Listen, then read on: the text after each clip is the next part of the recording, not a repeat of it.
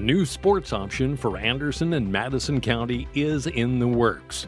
This week, the Buzz of Madison County visits with Sharon Martin. Sharon's the board secretary of the Circle City Curling Club. Yes, the Curling Club. And though we've seen curling on the televised Olympics, we didn't know a lot about the sport. The sport of curling gets described very often as chess on ice. There's a lot of strategy in the game of curling that also goes along with the precision and skill that is required to play it. It's really accessible to all levels of curlers. I guess it's kind of like bowling that way. Anybody can go out and bowl. You can't necessarily do it really well, but anybody can do it. Curling's kind of the same way. It's difficult to play it at a very, very high level, the way that you see it on TV, but really it can be fun at any skill level. Unlike the analogy that you provided just now, you first of all have to have the skill of being able to skate on ice, do you not? There are no skates involved with curling. In curling, we wear special curling shoes. One shoe has a gripper on the bottom of it, and the other shoe, depending on if you're left-handed or right-handed, has a removable gripper with a Teflon pad on the bottom of the shoe. So when you are preparing to deliver the stone or throw the stone down the ice, we slide out from something that's called the hack, kind of like a set of runner's blocks that you might be familiar with on a track. And when you get into the hack, you'll take your gripper off and your shoe with the slider on it. That's the foot that you will slide out on as you deliver your rock. For those who aren't familiar, many times it appears to us that someone is sweeping the ice in front of the stone. Could you explain Yes, that? yes, that is probably the number one question I get about curling. Why are they sweeping? What does that possibly do? It just looks silly. What's going on there? So the curling surface is not flat ice. The curling surface is actually pebbled. So it is prepared by spraying the ice with a very fine spray, and those droplets fall on the ice and create a pebbled surface. The bottom of a curling stone is also not flat. It is concave, and there is about a 5-inch running band or ring on the bottom of the stone.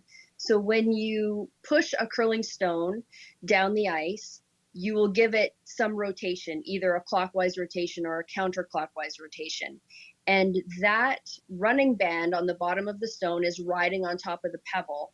And the action of that rotation on the pebble, depending on which rotation you've thrown it with, will actually cause the curling stone to curl either to the right or to the left, depending on what rotation you've given it. What the sweepers are actually doing is raising the temperature of the ice just a little bit and causing the stone to run farther and straighter than it would otherwise. So what they're actually doing is removing the frost that builds up on the pebble. That increases the temperature just a little bit. It enables the sweepers to have some control over how far the stone will travel and exactly where it will end up. At the highest level of curling, on really good curling ice, that can actually have an impact on where the stone ends up of maybe up to a couple meters. So the sweepers can actually have a really big impact on how far a stone will travel. Now we want to address the exciting news. How does this relate to Anderson? So the Circle City Curling Club was founded in 2007. It's been curling in hockey arenas, basically, in Indianapolis for the last 15 years, most recently at the fuel tank. And hockey ice is just not ideal for curling, to say the least. You've got divots from skates and it's not perfectly level, and the experience is just not the same as curling on real curling ice. So the dream of the club for many years was to have a facility of their own. So the club has been fundraising for years, and we were able to raise enough money to enable us to sign a lease on a property. When we were looking at properties, we came to realize that we just simply could not afford the lease rates within the greater Indianapolis area or the metro Indianapolis area. So we had to start looking a little farther afield, and that's how we ended up in Anderson. Where will this new facility be? We are located at 1735 West 53rd. We're in Unit 3A. We're just a little bit west of the new Uranus Fudge Factory that just went in. So generally, I think we plan to be curling by the beginning of October and then wrapping up our season by the end of April. Are you networking with any businesses around Anderson, Madison County? Are there opportunities for other companies and businesses to be involved? Yes, we would love to partner with local companies and businesses. We will be hosting bonspiels, curling tournaments at our club for curlers from out of town, from other clubs. There's one other club in the state of Indiana, Fort Wayne. Cincinnati has a club that's nearby, but we have relationships with clubs in Midland and Columbus and Bowling Green, and there are a number of clubs that we attend bonspiels at, and we expect to be able to invite those folks to come play in bonspiels at our club.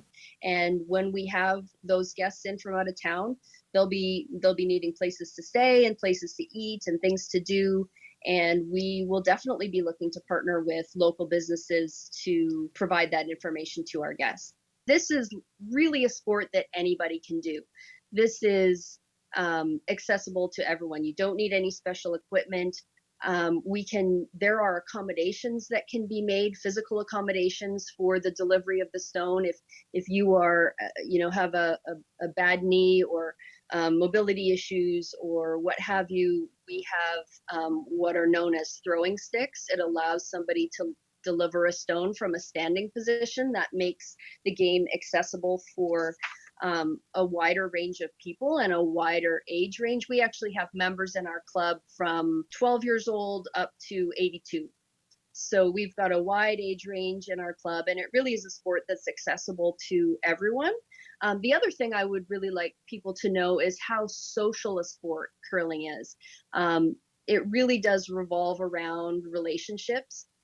There is something in curling known as broom stacking. After the game, everybody stacks up their brooms and they go sit down, and the winning team buys the losing team a beer. And by the way, we will have a bar in the new club. We'll have beer on tap in the new club, and the losing team and the winning team sits down for a beer after the game. And really what the game of curling is all about.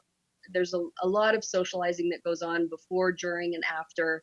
And when you join a curling club, you're really joining a community of people that you will get to know very well. Sharon Martin, thank you very much. And you can find out more at circlecitycurling.com. More of the people and organizations making our community a better place to live. Our community's future depends on organizations like this. The Buzz of Madison County airs every Saturday at 11 o'clock as part of Kevin Smith Reports on 1240 WHBU Oldies 101. Thanks for listening. That's the latest buzz of Madison County.